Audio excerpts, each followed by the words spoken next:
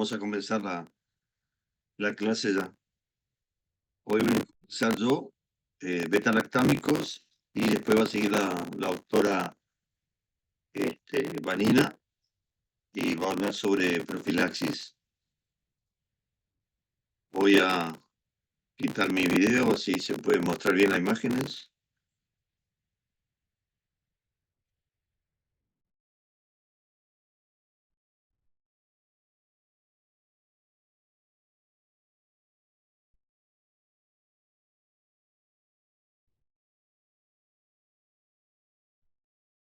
¿Bien, chicos? Sí, doctor, se ve bien. No, perfecto. Bueno, vamos a comenzar entonces con el grupo de antibióticos beta-lactámicos, que es el grupo de antibióticos que más van a prescribir ustedes el día de mañana en su práctica clínica. Para dejar en claro algunos aspectos también respecto al uso o un uso no tan adecuado de este grupo de antibióticos, que son muy nobles, que tienen varias ventajas respecto al resto y que cuando necesitan ser utilizados a veces no son utilizados adecuadamente en cuanto a su posología, y eso hace que se genere un gran problema que es no solamente nacional, regional, sino que ya es un problema mundial, y es el tema de la resistencia bacteriana. Se piensa que la resistencia bacteriana en los últimos años va a ser un gran problema para todo este grupo de antibióticos, y en el cual prácticamente, si no se comienzan a utilizar de manera adecuada, vamos a contar con muy pocos antibióticos para problemas banales, En odontología, sepan ustedes que el uso del antibiótico prácticamente va de la mano con todo lo que es procedimiento técnico que ustedes lo hacen en cuanto al drenaje, al curetaje de las lesiones que ustedes van a encontrar en boca. Difícilmente ustedes dejen prácticamente que actúe solamente el antibiótico. Ustedes necesitan o deben hacer el tratamiento generalmente en las lesiones cuando existe un proceso infeccioso, para que realmente sea más efectivo. Y recuerden, punto fundamental, que existen infecciones y infecciones, ¿sí? La mayoría de las veces tratamos de infecciones leves o moderadas. Muy pocas veces se llega a una infección grave, severa, realmente donde el paciente tiene trismus, donde el paciente tiene linfoadenopatía importante, fiebre importante, y ahí realmente donde uno debe usar antibióticos, pero muy pocas veces se llega a eso. Entonces, cuando existe una pequeña infección, ya utilizamos antibióticos, a veces de manera innecesaria. Dentro del grupo los beta-lactámicos, simplemente para que lo recuerden, lo tengan presente, están las penicilinas, las cefalosporinas, los carbapenes, monobactam, que son fármacos de reserva, muchos de ellos utilizados por vía parenteral endovenosa, pacientes que se internan. Y sí, también tiene importancia acá los inhibidores de beta-lactamasa, que tienen su importancia, su trascendencia. Ustedes saben bien, no utilizado de manera sola, sino en combinación con el grupo de las penicilinas. De ahí tiene su importancia este grupo de sustancias. Las características de las penicilinas, y es importante por el cual uno lo utiliza como de primera elección en numerosas ocasiones, es que son agentes bactericidas, ¿sí? Entonces, al ser agente bactericida es una gran ventaja que tenemos de este grupo de antibióticos. No necesariamente necesita de la inmunidad del paciente, que tenga una buena inmunidad, no como otros agentes que son bacteriostáticos, debido a que, bueno, muchos tienen eliminación renal. En este caso tienen muy buenas concentraciones a nivel renal. Entonces, al tener buena concentración a nivel renal, tienen eficacia terapéutica también a ese nivel. Entonces, en situaciones de infecciones renales pueden ser utilizados, sobre todo infecciones renales bajas. escasos efectos adversos, mucho relacionado fundamentalmente a reacciones de, de hipersensibilidad, pero recuerden ustedes que también hay otros efectos adversos mencionados en la literatura que pueden ir de patologías importantes a nivel hepático, a nivel renal y a nivel del sistema nervioso central, que son escasos y que por ahí son mencionados en la literatura, pero que no son frecuentes. Acá simplemente queremos destacar lo que son más frecuentes. Y el costo accesible.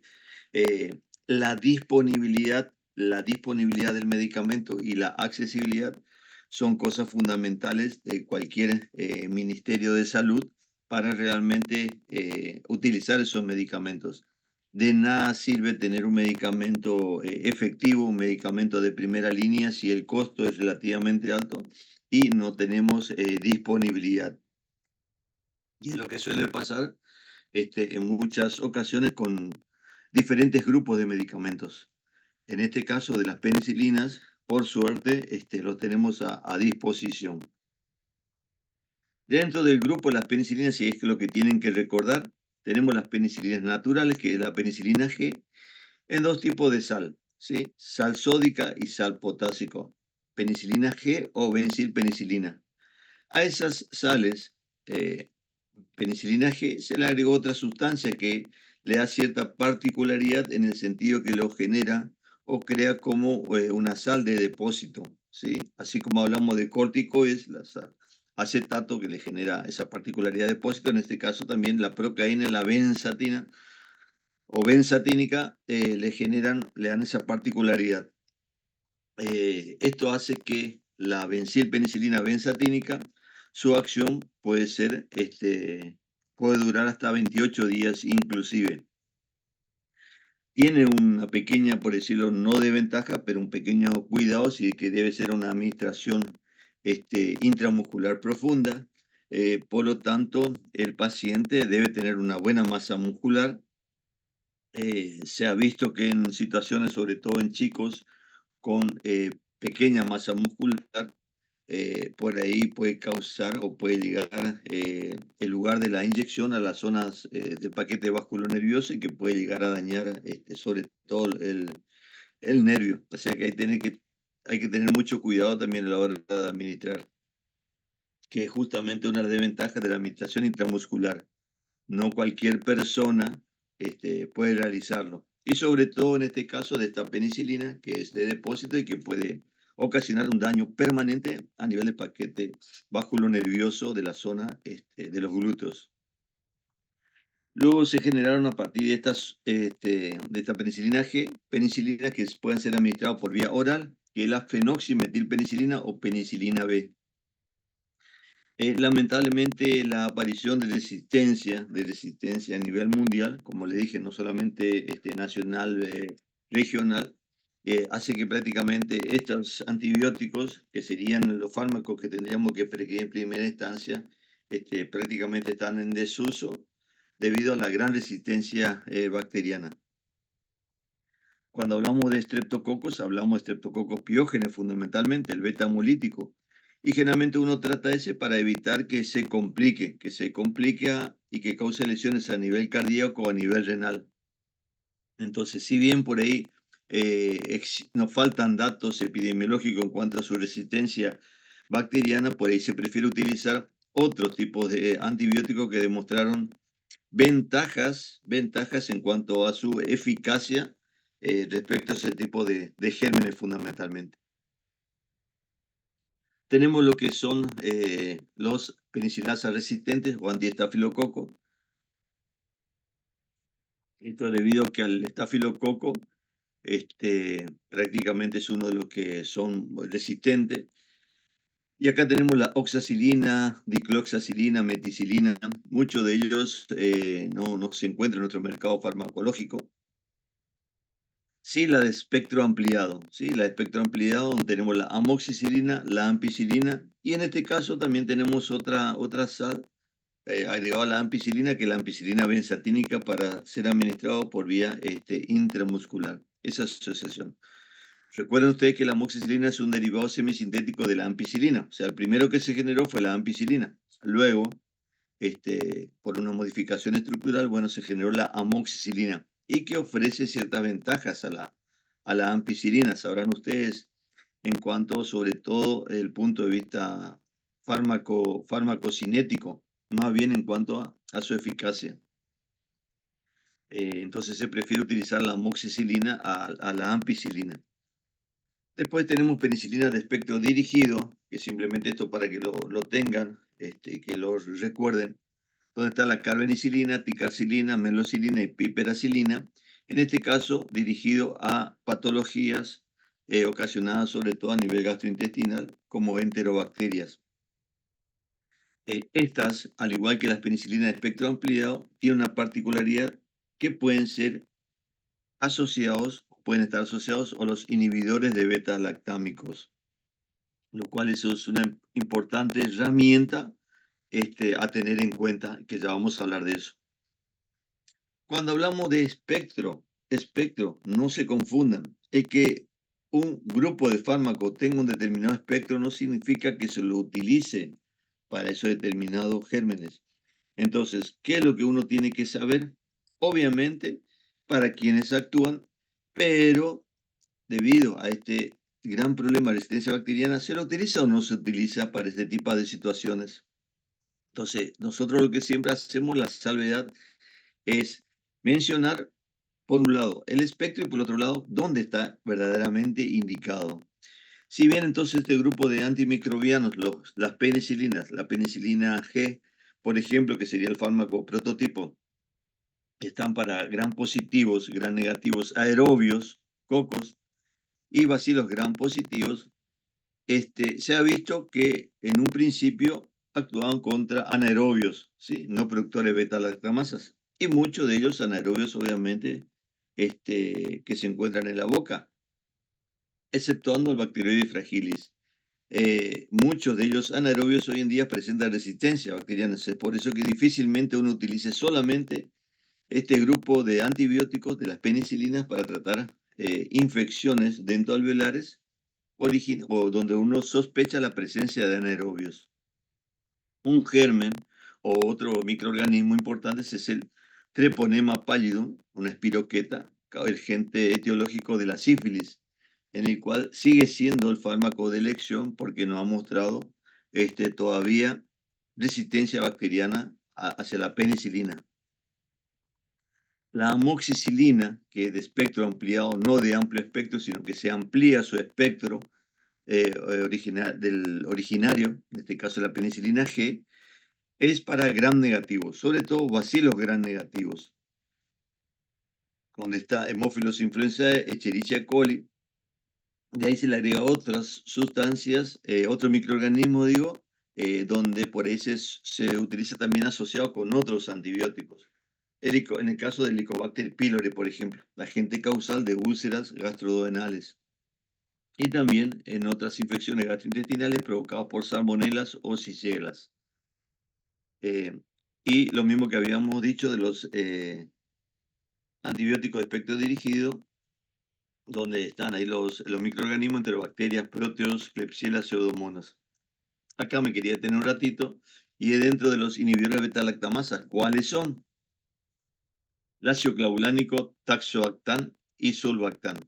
Hoy en día existen varias asociaciones, no es solamente la amoxi con clavulánico, también existen amoxi con sulbactán, por ejemplo, pero originariamente es amoxi con clavulánico. Y es lo que más se conoce y lo que más se prescribe.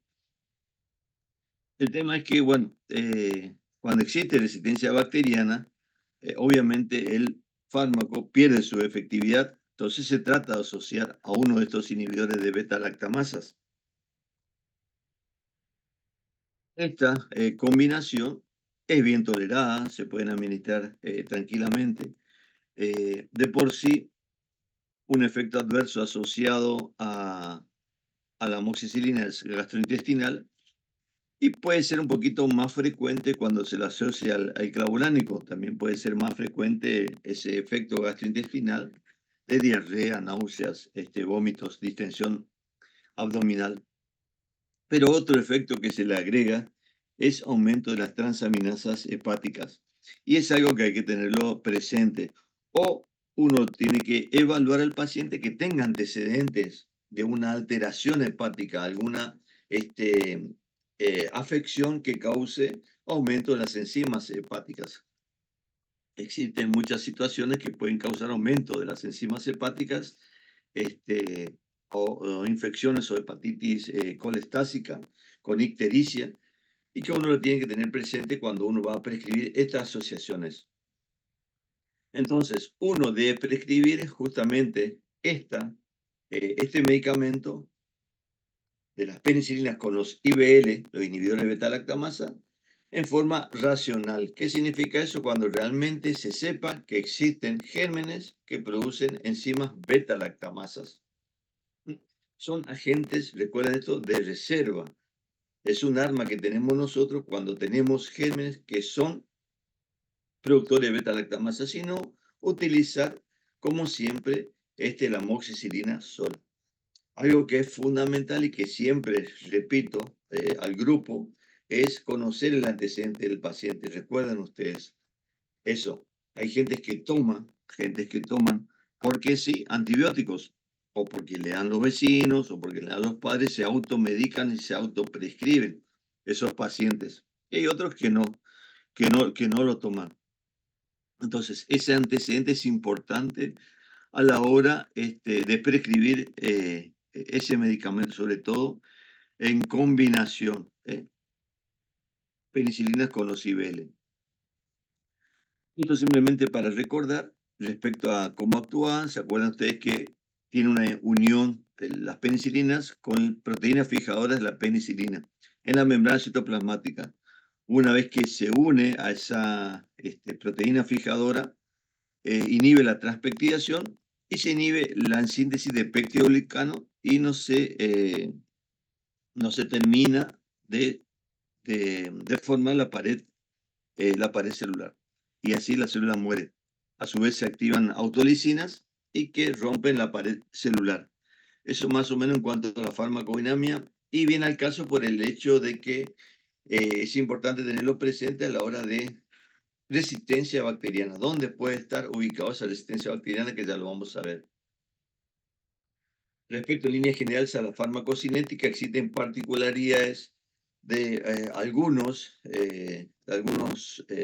penicilinas, pero esto es algo general y que se administran por diferentes vías. La más utilizada obviamente es la vía oral, gotas, jarabes, suspensiones, comprimidos, cápsulas, y también, obviamente, no por vía oral, vienen en presentación inyectables.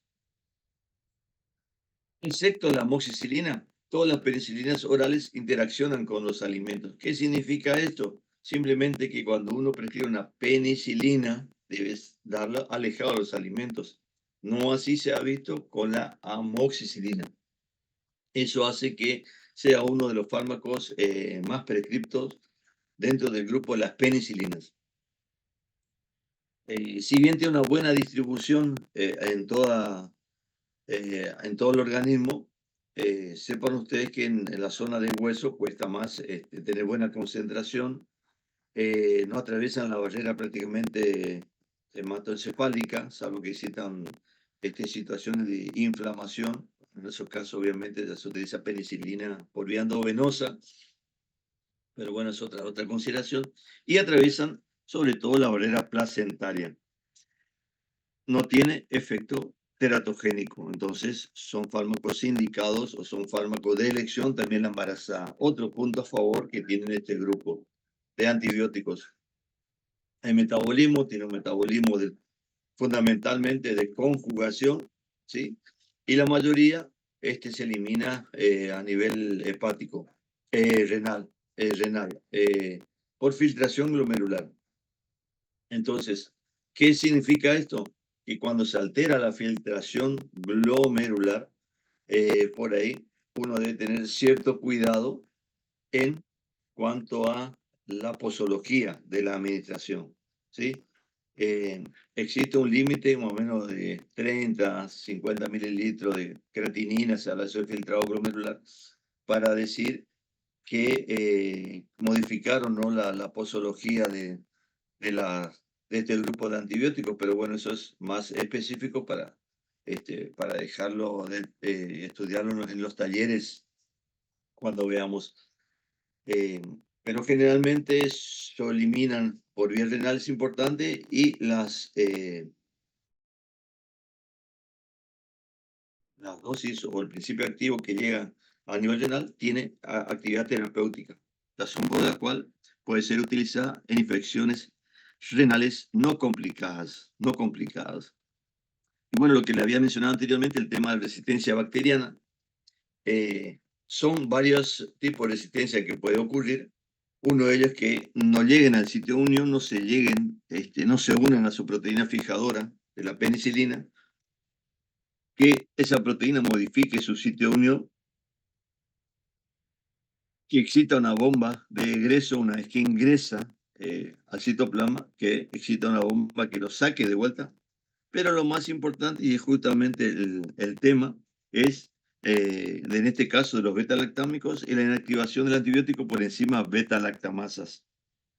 Eso es lo fundamental que tienen que recordarlo siempre.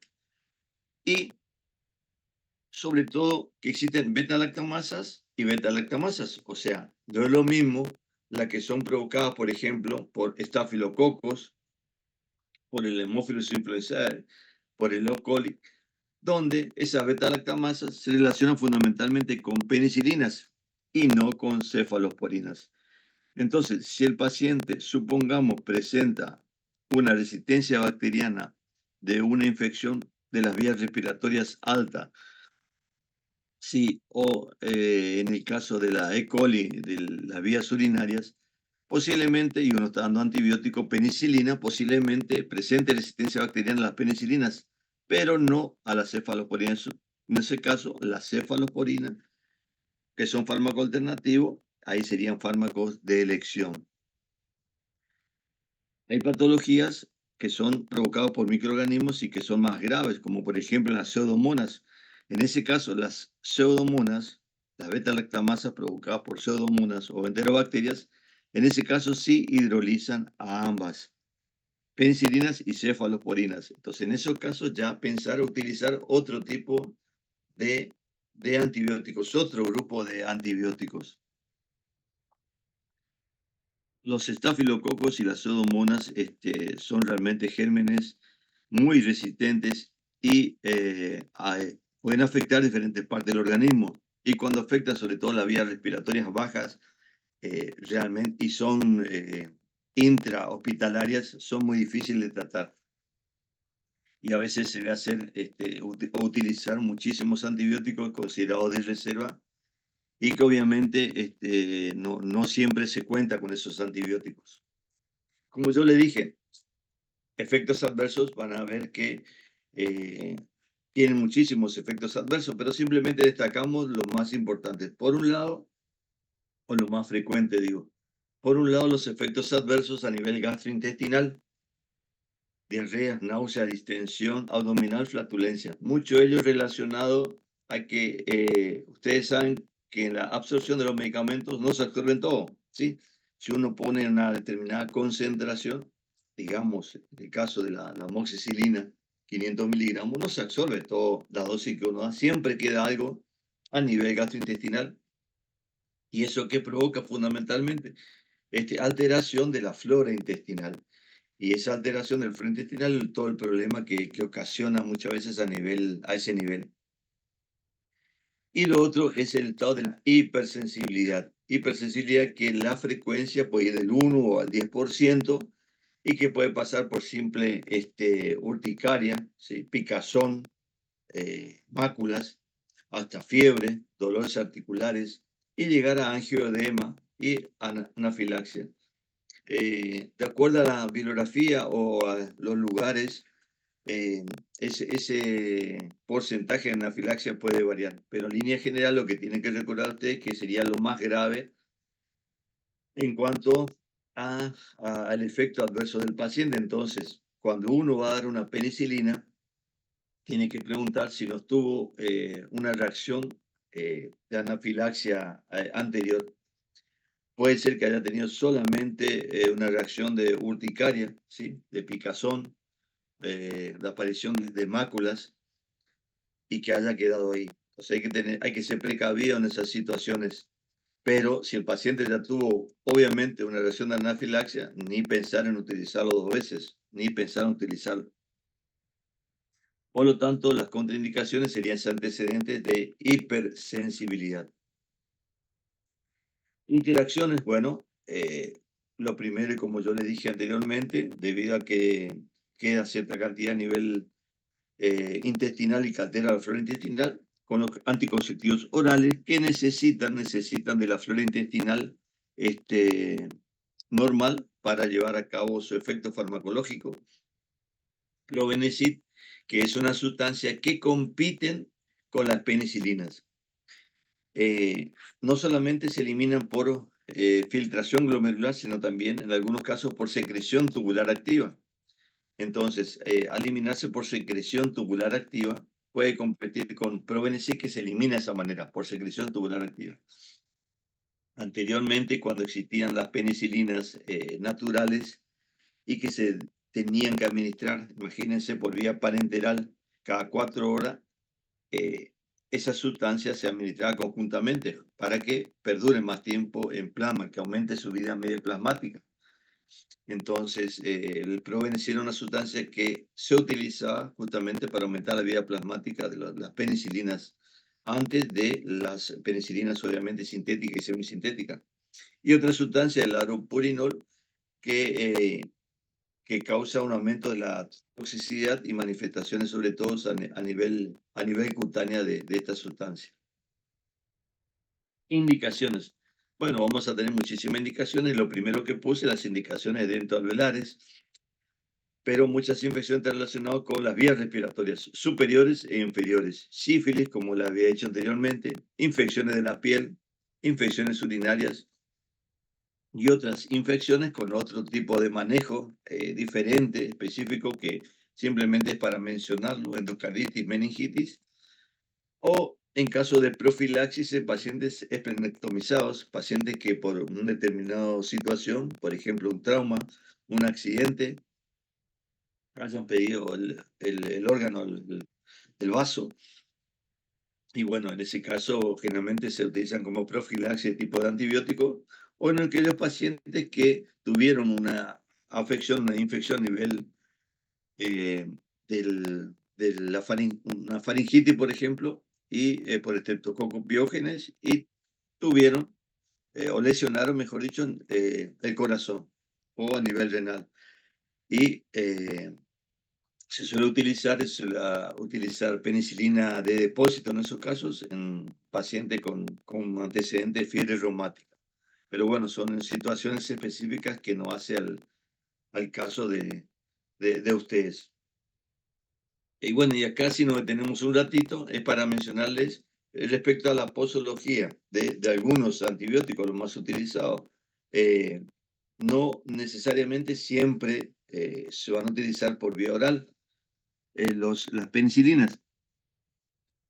Y a veces, por mismo requerimiento de los pacientes, piden ellos una penicilina de depósito que ellos saben. Entonces, lo que tienen que recordar ustedes, y es la falencia que por ahí se tiene en algunos lugares, es el hecho de la dosis, ¿sí? Si bien sabe que el fármaco de elección por vía intramuscular es la penicilina benzatínica, por ahí lo que queda, o no se conoce bien erróneamente, es la dosis. Entonces, cualquier afección, excluyendo la sífilis, ¿sí? Sobre todo infecciones de vías respiratorias, la dosis de 1.200.000 unidades internacionales. Ustedes van a ver que el preparado viene en frasco ampolla y dicen 1.200.000 o 2.400.000. A veces no existe el de 1.200.000 o no se tiene en ese lugar donde ustedes trabajan. Entonces le dan el de 2.400.000. Está mal, eso no se debe hacer, ¿sí? Porque es utilizar sobredosis en los pacientes que no necesitan esa sobredosis. Sí, para sífilis. Para sífilis, la dosis indicada es de 2.400.000 unidades. La amoxicilina, creo que esto más que sabido, ustedes lo saben perfectamente. La dosis para adultos, vamos a hablar siempre de dosis para adultos, es de 500 miligramos cada 8 horas. Y en algunas infecciones severas se puede duplicar la dosis. Se puede duplicar la dosis, ¿sí? También tenemos en nuestro mercado farmacológico, aparte de los 500 miligramos, tenemos de 875 que quedó o se presentó en base a la combinación que existe con el clavulánico y de 1 gramo. La dosis diaria general de la amoxicilina no debe pasar los 1500 miligramos, pero bueno, si damos, por ejemplo, 2 comprimidos 875 sería 1700 miligramos. Y si damos 1 gramo cada 8 horas sería 3 gramos, que sería dosis máxima, pero en situaciones extremas. Difícilmente ustedes lo utilicen en odontología. Lo que sí, acá está la problemática y es lo que lleva a confusión y por ahí los mismos profesionales, debido a la escasa información que se tiene, utilizan dosis más elevadas. Entonces, en primera instancia, la asociación de amoxicilina más el ácido clavulánico Livele, la dosis inicial en la que salió al mercado era de 250 a 125 miligramos. Pero ¿qué pasa? En nuestro mercado no lo tienen porque, como dijimos muchas veces, en Argentina, si es barato, prácticamente o se regala o no se dispensa. Entonces, no existe fórmula comercial. SFC significa sin fórmula comercial. En la Argentina estamos hablando de otro lado. Siempre vean y siempre analicen cuando le pedimos nosotros en Argentina, ¿sí? No en Brasil, no en Chile, no en Uruguay, en Argentina. Y acá tenemos dos presentaciones, ¿sí? De 500 y 125 miligramos, que sería lo indicado, sería eso lo que hay que dar, pero debido a la gran propaganda, a la gran publicidad, a la gran promoción que existe, lo que por ahí prescriben los odontólogos son 875 y 125. Encima le agregan a esa publicidad cada 12 horas. Bien, una cosa es un medicamento que de por sí se dé de una posología que no existe ni un estudio que demuestren que realmente dura por tanto tiempo en plasma, la amoxicilina, y por otro lado es el cambio que hace la industria farmacéutica, cambio en la formulación farmacéutica, que hace que ese medicamento sea administrado de una manera cambiando un poquito su estructura y que pueda liberarse de manera retardada, ¿sí? Y que dure 12 horas. Que hay varios medicamentos que son así, que se modifican su forma farmacéutica y lo hacen de liberación prolongada o de liberación retardada. Microesferas, le ponen algunas membranas y bueno, o el sitio de liberación, todo eso hacen que dure un poquito más. Pero originariamente cuando salió al mercado, 875 más 125 era común y corriente, pero como era una dosis más alta, daban cada 12 horas, lo cual estaba mal. Hoy en día, las industrias farmacéuticas están generando medicamentos que tienen duración retardada, ¿sí? O formulación retardada. Y en esos casos sí se podría dar cada 12 horas. Pero, volviendo al caso, lo que tendríamos que prescribir siempre es amoxicilina 500, que es la dosis habitual que utilizamos. 500 barra 125 en esa asociación es más que suficiente. Y fíjense esto simplemente para traerle a colación de estudios, que como muchas veces hablamos que se hacen estudios en lugares y se utilizan determinada población que realmente no tienen tanto o no se puede extrapolar tanto a la población general. Que la población que investigaron, que estudiaron, es muy pequeña. Entonces no podemos traspolar una investigación que se hizo en 500 pacientes a millones de pacientes que lo van a tomar el día de mañana. Y de ahí sale toda la confusión de cómo debe darse. Fíjense, en este caso, del 97, con 557 pacientes, infección del tracto respiratorio inferior aparte. Siempre tienen que mirar dónde se hizo. si era todo tipo de infecciones, si era simplemente específicamente este tipo, tienen que evaluar también qué tipo de pacientes eran, todo para ver, para si se puede extrapolar a su situación clínica. Fíjense, en este caso los pacientes recibieron dos grupos de pacientes, amoxicilina clavulánico cada 12 horas, de 875 y 125, o amoxicilina, que sería lo indicado, lo ideal, 500, 125 cada 8 horas durante 7 a 15 días. El éxito fue similar, en ese año se decía que el éxito fue similar en ambos grupos, 93 horas en el grupo de 12 horas y 94% en el grupo de 8 horas. Los eventos adversos también fueron similares en ambos grupos. Y acá, fíjense lo que son las cosas, se mencionó una menor incidencia de diarrea moderada, ¿sí? En el grupo de 12 horas, como dando una pauta de una cierta ventaja que ofrece esa administración cada 12 horas, ¿sí? Pero ustedes siempre tienen que evaluar no solamente su seguridad, sino también la eficacia. Entonces, ¿la eficacia es la misma o no es la misma la eficacia? Y ese efecto adverso, ¿por qué se produjo en menor intensidad? ¿Y de cuánto fue? ¿Es realmente estadísticamente significativo o no? Bueno, eso son infecciones respiratorias bajas, en el 97. Y después otro ensayo que encontré al poco tiempo, en este caso se hizo para sinusitis maxilar bacteriana, bacteriana aguda.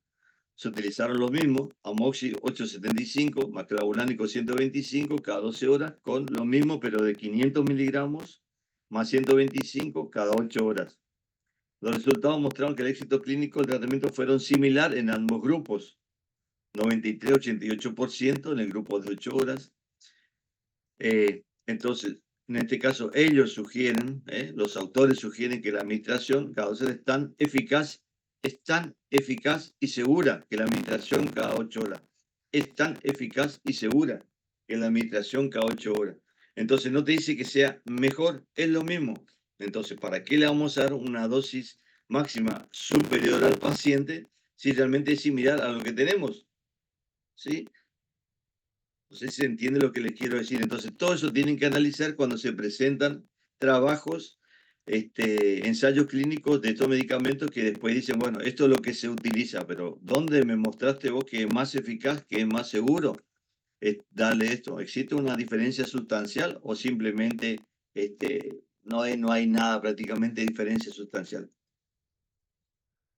Conclusiones. Las penicilinas son agentes muy utilizados y de primera elección. Numerosas infecciones, como lo hemos visto, presentan escasos adversos de costo relativamente bajo. Y hacer un uso racional y científico no solo implica tener conocimiento de la patología a tratar, sino también del antibiótico. Hay que conocer también el antibiótico a utilizar. Y es a veces lo que olvidamos. Sabemos o hacemos bien el diagnóstico, pero no olvidamos del antibiótico, las características del antibiótico. Lo otro simplemente para recordarle, para que no quede fuera del contexto, la cefalosporina, que son también bactericidas, efectos adversos un poquito más importantes y un costo más elevado. La resistencia prácticamente es lo mismo que la anterior, y lo más importante son la inactivación por enzimas antibióticos, enzimas beta-lactamasas. Clasificación, se clasifican en generaciones, se aparecieron en la década del 60, 70, 80, 90, ahora en el 2000 también. Entonces está de primera generación, de segunda generación, de tercera generación y cuarta generación y quinta generación ahora. Vemos que lo que tenemos que recordar es que tenemos las dos vías de administración, vía oral y vía parenteral. Y por ahí varía la posología de los medicamentos y varía el intervalo que se da. Lo que tienen que recordar es que a medida que van apareciendo las generaciones que salen, se hacen más efectivos contra gérmenes gram negativos, que es la gran problemática, gérmenes gram negativos y en algunos casos para anaerobios. Y lo de última generación, obviamente, para pacientes que presentan enzimas beta-lactamasas. Acá tenemos algunos nombres, después esto va a quedar, así que lo van a repasar. No hace falta que lo diga todo, pero hasta la cefalexina como prototipo. La cefazolina, cefalotina también es importante que lo recuerden. Cefuroxima de tercera generación. Tenemos, por ejemplo, cefotaxima, ceftriaxona, ceftazidima. De cuarta generación, cefpirome, cefepime. Y de quinta generación, por vía endovenosa, la ceftarolina. Estos son antibióticos de reserva. Repito de vuelta, antibióticos de reserva. No se utiliza de manera así indiscriminada como a veces se hace. Infecciones pulmonares, sobre todo infecciones bajas. Dentro de su espectro, similar la de primera generación al de la amoxicilina, Streptococcus que es el beta-hemolítico, el grupo A que causa afección a vías respiratorias altas, Staphylococcus aureus y otros gram positivos, E. coli, Proteus, Klebsiella y anaerobios de la cavidad bucal, más activas que primera, la de segunda generación con el E. coli, que es un gran negativo. Otros gran negativos, influenzae, Moraxella catarrhalis, que son todos gérmenes de las vías respiratorias altas, sinusitis, otitis, aparte del Streptococcus pyogenes. La cefoxitina tiene una actividad contra bacteroides fragiles, que también es anaerobios y otros bacteroides. La de cuarta generación son similares, pero se le agrega acá que son un poquito más resistentes a beta-lactamasas. Aún así, siempre es bueno hacer un bacteriológico para ver ese grado de resistencia a la beta-lactamasas. Y lo importante, como le dije y le reitero, no tiene prácticamente indicación en APS, en atención primaria de la salud. Respecto en líneas generales a cómo se deben administrar, por vía oral, vía intramuscular, puede ser dependiendo del antibiótico cada 6, cada 8 o cada 12 horas. La segunda generación, también por vía oral, vía parenteral, tiene una eliminación renal importante, por lo tanto se utilizan en infecciones también urinarias. Tercera generación, lo mismo. Y en este caso, algo particular es que un fármaco de este grupo tercera generación, que es la ceftriaxona, tiene una eliminación importante por bilis, y que en determinadas circunstancias se puede como concentrar o acumular en esa zona, y dando una lesión que remeda a una litiasis biliar, es por eso que por ahí, cuando uno hace una imagen ecográfica, puede dar una especie de imagen pseudolitiásica causada por este antibiótico, y que hay que tenerlo presente. La ceftriaxona se puede dar un intervalo de cada 12 o 24 horas. Rara vez son de primera elección, como dijimos, las penicilinas son las de primera elección. Infecciones urinarias, estafilococos, celulitis o absceso de tejido blando, no en infecciones graves.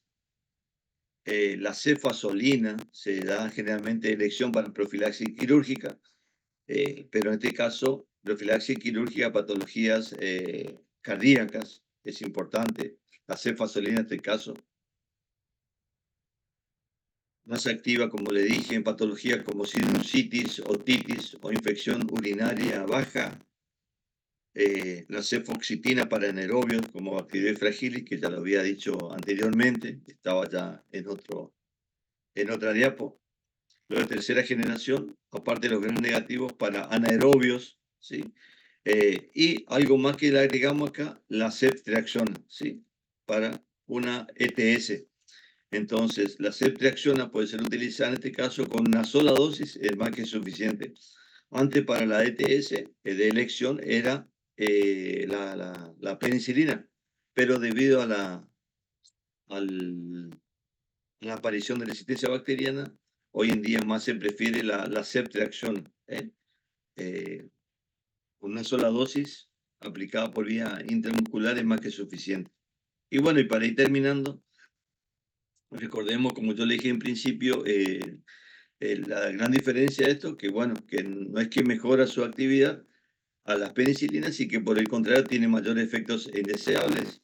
No olvidemos la nivel gastrointestinal, se le agrega la nefrotoxicidad, lo cual se hace más importante o aparece con más relevancia cuando se asocia con otros fármacos que son nefrotóxicos. Un fármaco que es nefrotóxico, potencialmente nefrotóxico, recuerden ustedes, en interacciones son el grupo de los AINES, recuerden eso ustedes. Hipersensibilidad, que existen reacciones cruzadas con beta-lactámicos en 5 o 10%. Entonces, por ahí si el paciente tuvo un estado de hipersensibilidad a las penicilinas, es preferible no dar cefalosporina, salvo que uno lo estudie bien y vea si realmente hay hipersensibilidad cruzada con esa cefalosporina que puede llegar a ser utilizado. La enfermedad del suero, que es una reacción de hipersensibilidad donde se forman inmunocomplejos, esa sustancia que se administra ingresa como un alergeno, eh, activa el sistema antígeno-anticuerpo, bueno, y esos complejos se depositan en diferentes lugares, en piel, riñones, vasos, articulaciones, dando procesos inflamatorios bastante importantes. Y que también deben recordar que esta situación, la enfermedad del suero, puede aparecer no inmediatamente después de la administración del fármaco, sino que puede pasar una semana inclusive y recién después manifestarse, pero hay que tenerlo presente.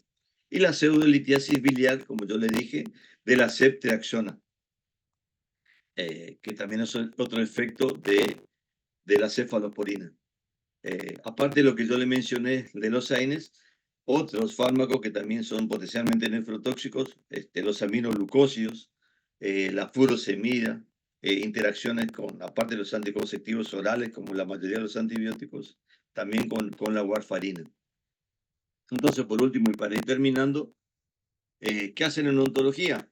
Entonces tenemos diferentes situaciones, abscesos dentales, periapicales, periodontitis severas, infecciones postoperatorias, celulitis facial, la angina de Lewy, y no todos se manejan de la misma manera. Y no todos tienen diferentes situaciones de severidad. Eso tienen que recordar siempre, la severidad del cuadro. No es lo mismo una simple afección de la zona donde no existen manifestaciones sistémicas o que, o que existan manifestaciones importantes como fiebre alta, adenopatía importante, trismus, sí, un estado de mialgia, de artralgia importante, donde uno dice, bueno, realmente es una infección bastante importante, bastante severa. Entonces, eso es importante en cuanto a la elección del fármaco y a la dosis que vamos a utilizar. Pero recuerde usted que una adecuada higiene oral disminuye las infecciones odontogénicas, especialmente la enfermedad periodontal. El tratamiento de infecciones odontogénicas tiene como finalidad evitar la extensión local, reducir el inóculo bacteriano y prevenir las complicaciones. Entonces, fundamental el tratamiento que se haga en esa zona. La mayoría de las patologías dentales pueden tratarse con éxito, eliminando la infección mediante exodoncia, endodoncia, incisión y drenaje de un acceso, tratamiento periodontal y observación sin necesidad de antibióticos. Antibióticos. Siempre hay que evaluar la severidad, como le dije, la gravedad del fármaco. Y una buena conducta, que también es importante, siempre las conductas preventivas, no fumar y una buena higiene bucal, son la base, obviamente, de la prevención de la patología dental.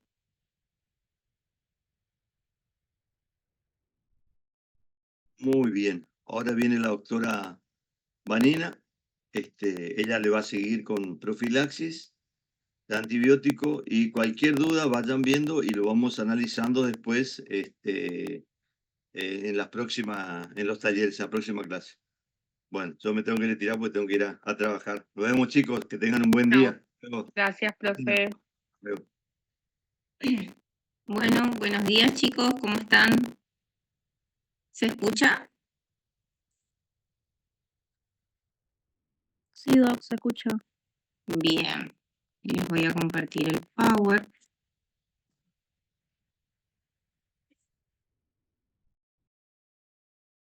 Bien. Vamos a retomar un poquito el tema que le estuvo dando el doc con respecto a lo que es antibióticos. Y yo les voy a hablar de un procedimiento que hacemos en determinados pacientes, no en todos obviamente, en determinados pacientes. Y estamos hablando de lo que es la parte de profilaxis antimicrobiana. ¿Qué es la profilaxis? La profilaxis antimicrobiana es el empleo de antibióticos en la etapa preoperatoria. Y esto siempre grábense, chicos. Etapa preoperatoria, no durante, no post.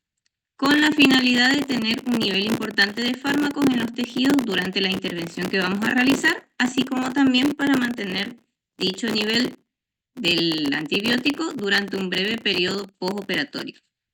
Pero esto solamente hacemos en pacientes de riesgo, ante ciertos procedimientos que conlleven sangrado.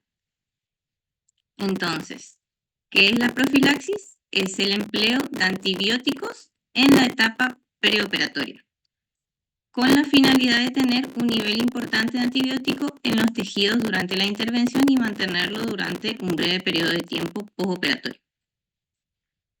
Y ahí decimos, ¿para qué lo hacemos? ¿Cuándo vamos a hacerlo? ¿Y cómo? Bien.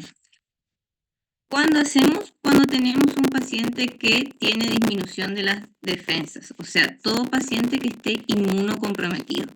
Y esos pacientes son pacientes diabéticos, pacientes que tengan insuficiencia renal o hepática, pacientes que usen de manera crónica glucocorticoides, porque ustedes saben que uno de los efectos de este grupo de fármacos es la disminución del sistema de defensa del organismo, pacientes que cursan con un cáncer, pacientes que tienen desnutrición. ¿Por qué en estos pacientes se hace la profilaxis? Porque estos son pacientes potencialmente riesgosos a desarrollar. Doctora, disculpe. No se ve. No se ve nada, me dice. ¿Estás compartiendo la pantalla? Checala. ¿O le pusiste a compartir? Sí. Está compartiendo. Ay, no. Sacale, a ver, sacale y vuelve a compartir. No, acá. Vaya. Abrimos de nuevo. Compartimos. ¿Este es? No, ¿dónde está esto? Son 80.000 cosas. No, pero acá tiene que aparecer. Ahí está. No, puso otra cosa, ¿viste? No sé. Problemas técnicos, chicos, ya solucionamos.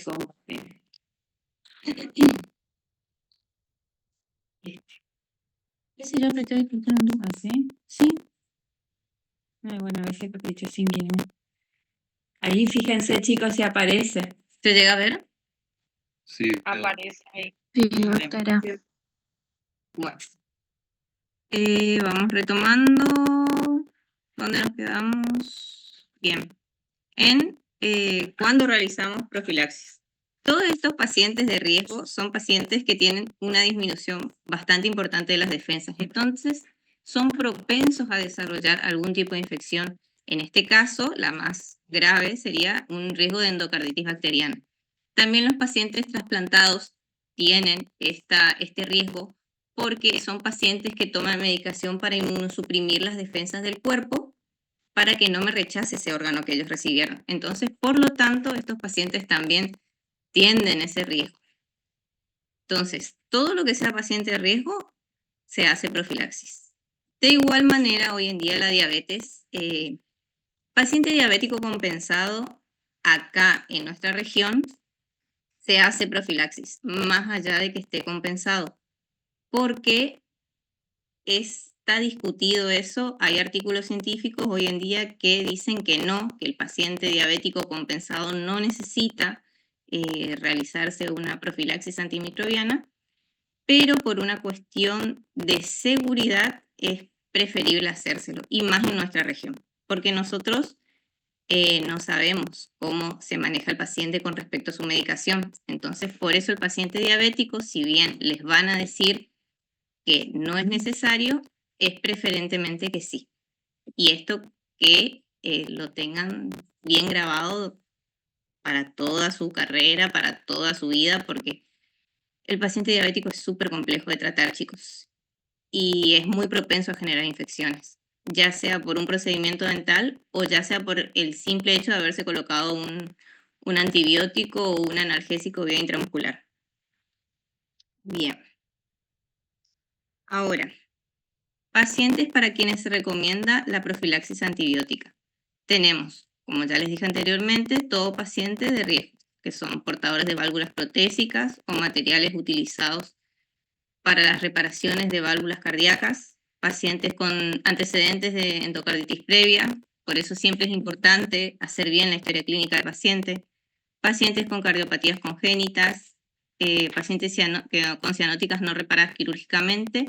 Esto tiene que ver con el tema de oxígeno en sangre. Cuando la sangre no oxigenada se mezcla con la oxigenada, genera una patología que genera pigmentación azul en la piel. Y después tenemos las pacientes que tienen material protésico hecho menos de 3 meses, que son pacientes que sufrieron infartos o algún tipo de problema cardíaco. Bien. Y ahora vamos a hablar de, en estos pacientes, cuáles son los procedimientos que yo voy a tener en cuenta para realizar mi profilaxis antimicrobiana, que son los procedimientos de alto riesgo. Todo procedimiento que conlleve un sangrado. Y tenemos extracciones, reimplantes dentarios, biopsias, incisiones para drenaje cuando se necesita, injertos óseos, raspado y alisado radicular, que muchas veces decimos que es un procedimiento sencillo, pero la verdad que no. Uno cuando empieza a profundizar en la bolsa periodontal genera lesiones en el tejido que puede hacer que bacterias traspasen esas membranas y generen problemas de infecciones graves. Cirugía endodóntica, cirugía periodontal, cirugía paraprotética, todo procedimiento que conlleve sangrado, reducción de fracturas, cirugía de glándulas y cirugía oncológica maxilofacial. Bien, eso es con respecto a los pacientes de riesgo. Ahora, en pacientes sanos, ¿hacemos profilaxis? Eso tiene mucho que ver con ciertos procedimientos. Generalmente no se realiza en pacientes sanos, porque el paciente sano es totalmente inmunocompetente para poder digamos, sus defensas funcionan bien, entonces no es necesario hacerle una profilaxis. Muchos profesionales le van a decir que sí, pero es preferible en un paciente sano ante ciertos procedimientos, pero es bajo consideración del profesional. Y tenemos procedimientos de alto riesgo, que son implantes, y no los implantes unitarios, sino que implantes que me lleven, por ejemplo, una cirugía de multiimplantes, que estoy por rehabilitar todo un maxilar superior, entonces en ese caso existen un par de artículos en donde se hace una profilaxis, igual que para realizar implantes cigomáticos. Injertos, no cualquier injerto, tienen que ser injertos grandes, tumores, cirugía ósea, ortopédica y traumatológica, pacientes accidentados que están por recibir tratamiento de cirugía ortopédica también, y cirugía periapical y dientes retenidos lo vamos a ver de acuerdo a cómo vemos nosotros al paciente. O sea, en estos casos no es recomendable hacerlo, pero como es preferible no hacerlo, pero muchos le van a decir que sí, entonces eso ya tiene una cuestión que ver con criterios. Acá se recomienda no. Nosotros siempre le decimos que no. ¿Y cómo la vamos a hacer? Bien, la profilaxis se realiza con amoxicilina, 2 gramos 1 hora antes vía oral, 2 gramos 30 minutos antes vía intravenosa.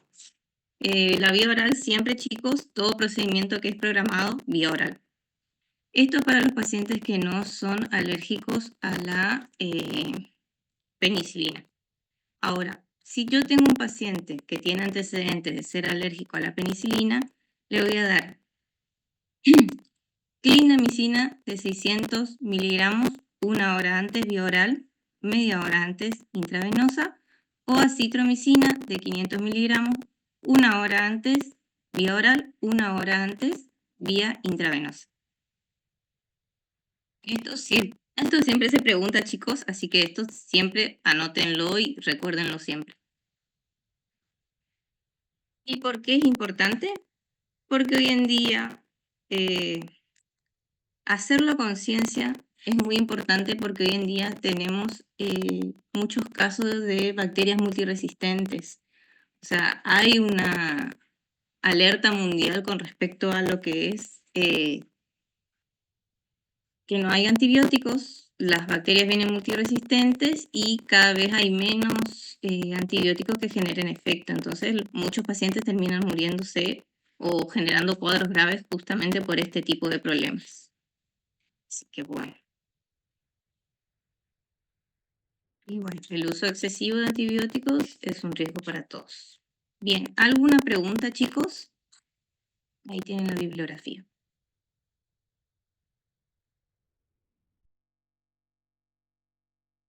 ¿Alguna pregunta? ¿No? ¿Puede pasar desde la primera diapositiva? Porque algunas no vimos. Sí. Igual este va a estar en el aula o no. Despacito para que le vayamos sacando fotos. Ok, listo. Gracias. Bien. Le mando al grupo. Le mando. Vamos a mandar al grupo. Bien. Profe, Me dice la- ¿Cuánto dijo vía oral y vía intravenosa? ¿Se puede repetir?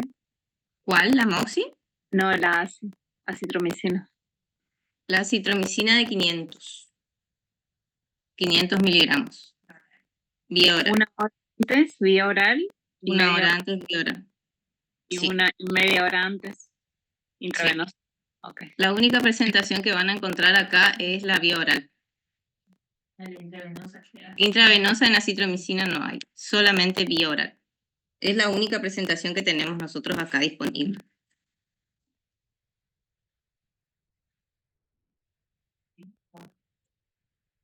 ¿Alguna otra pregunta, chicos?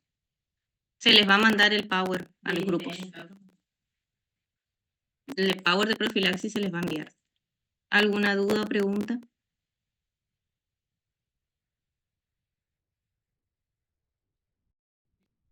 Quedó claro, profe, gracias. Buenísimo. ¿Ya se pueden desconectar? ¿Ya? No sé si hay que hacerle alguna aclaración. ¿No? Bueno, chicos, estamos. Ya son libres. Nos vemos el lunes. Gracias, profe. Nos vemos.